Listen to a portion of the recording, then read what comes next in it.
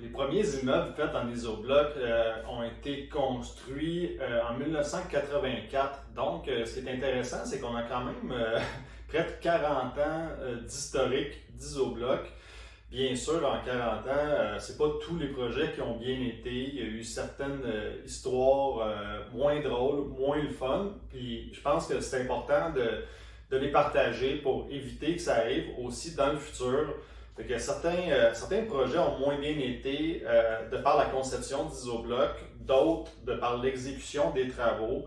Je pense que c'est important aussi d'avoir une certaine transparence, puis ça fait partie aussi de notre rôle d'améliorer le produit, mais aussi de prévenir qu'est-ce qui peut se passer au chantier pour essayer d'éviter au maximum des projets problématiques.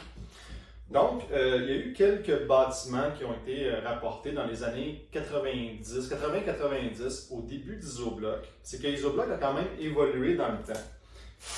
Au début d'Isobloc, le polystyrène ici était droit.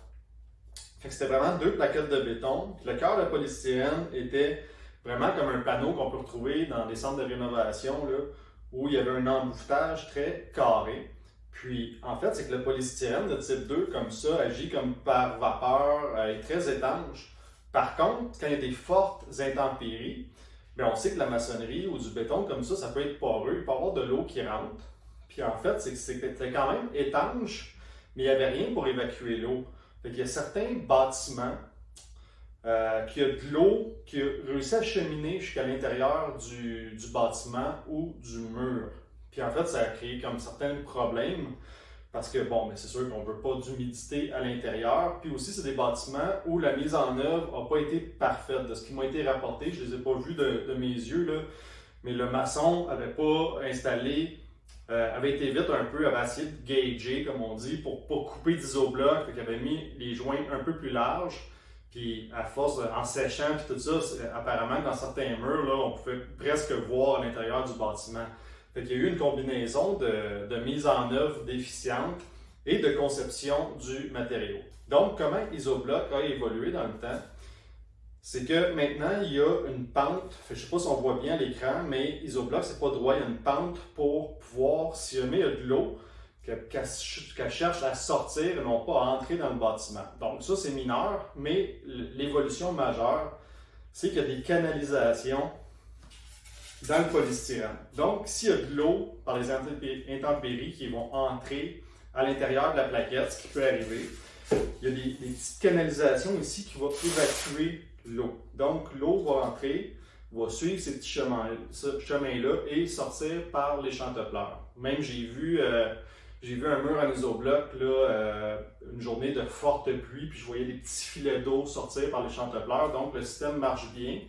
Donc, il n'y a eu aucune problématique. Ça fait, à ma connaissance, là, 15 ou 20 ans qu'il y a eu cette amélioration-là, puis il n'y a eu aucun problème depuis ce temps-là. Les quelques bâtiments problématiques sont passés dans les années 80-90, fait que quand même, on sait que le système marche bien. Bien entendu, ça prend une mise en œuvre, là, on en parle souvent, mais il faut qu'il soit bien installé, Isobloc. On fait plein d'étapes en une, fait que si c'est pas bien installé, ça se peut qu'il y ait des problèmes. Mais ces canalisations-là ont vraiment réglé cette problématique-là d'infiltration possible de l'eau.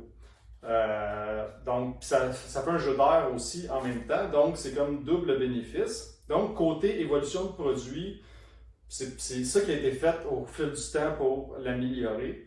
Maintenant, on sait que la mise en œuvre est très importante, donc ça prend un maçon, bon, on le dit souvent, là, mais qui l'installe comme il faut, mais aussi qui abrille le mur, surtout en température froide où on est près du point de congélation.